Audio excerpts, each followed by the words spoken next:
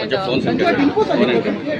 నిజంగా యాక్చువల్లీ చాలా ఎంజాయ్ చేశారు. మేము కూడా గౌతమ్ నా ఫ్రెండ్, నాకు తెలిసిన పర్సన్ అనేది పక్కన పెట్టి యాజ్ అ ఆడియన్గా సినిమా చూసామండి. ఇక చాలా ఎంజాయ్ చేశారు. And especially solo boy song అయితే అసలు అందరూ మస్తు ఎంజాయ్ చేశారు. చాలా బాగుంది అసలు నిజంగా. పాయింట్ ఆఫ్ టైంలో నేనే కొంచెం చాలా షాక్ అయ్యాను. అరే నిజంగా ఈ అబ్బాయి ఇంత టాలెంటా, ఇంత పర్ఫార్మెన్స్ ఉందా వీటిలో, అసలు ఎక్కడ దాచిపెట్టుకున్నావురా నువ్వు అనేసి. అసలు ఈచ్ అండ్ ఎవ్రీథింగ్ అండి.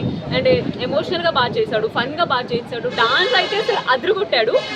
ఫ్రెండ్ అనేది చెప్పట్లేదు, ప్రాబబ్లీ మీరు అందరూ చూసే సినిమా గురించి మీకు అనిపిస్తుంది. సో ప్రతి ఒక్కటి అరే ఇదొక్కటి బాగా చేసుంటే బాగుండేది అనడానికి ఏమీ లేదు. బికాజ్ అన్ని సీన్స్ కూడా చాలా బాగా చేశారు. సో ఏంటంటే ఇక్కడ గౌతమ్ చూసేటట్టు అయితే మనం మల్టీ టాలెంట్ వాడు, చాలా అన్ని తనే చేసుకున్నాడు. అండ్ డెఫినెట్లీ ఒక మాట ఇక్కడ గుర్తుకొస్తుంది ఏంటంటే హార్డ్ వర్క్ చేస్తే డెఫినెట్లీ ఏదో ఒక రోజు రిజల్ట్ ఉంటుంది అంటారు కదా. సో ఇది అండ్ ఇది కనుక సినిమా సక్సెస్ కొడితే ఇది వాడు హార్డ్ వర్క్ ఒక సక్సెస్ అనమాట. డెఫినెట్లీ ఒక్కటే రిక్వెస్ట్ ఏంటంటే సినిమాని వచ్చి థియేటర్లో చూడండి. బికాజ్ చిన్న సినిమా అరే తెలిసిన వాడు కాదు కదా అనేసి మనం ఎక్కడో ఒక చోట కొన్ని సందర్భాల్లో అరే అలా లైట్ తీసుకుంటాము. కానీ అది కాదు. ఏంటంటే ప్రతి ఒక్కరికి ఎంకరేజ్ చేయాలి. కొన్నిసార్లు అరే మంచి సినిమాని మిస్ అవుతాము.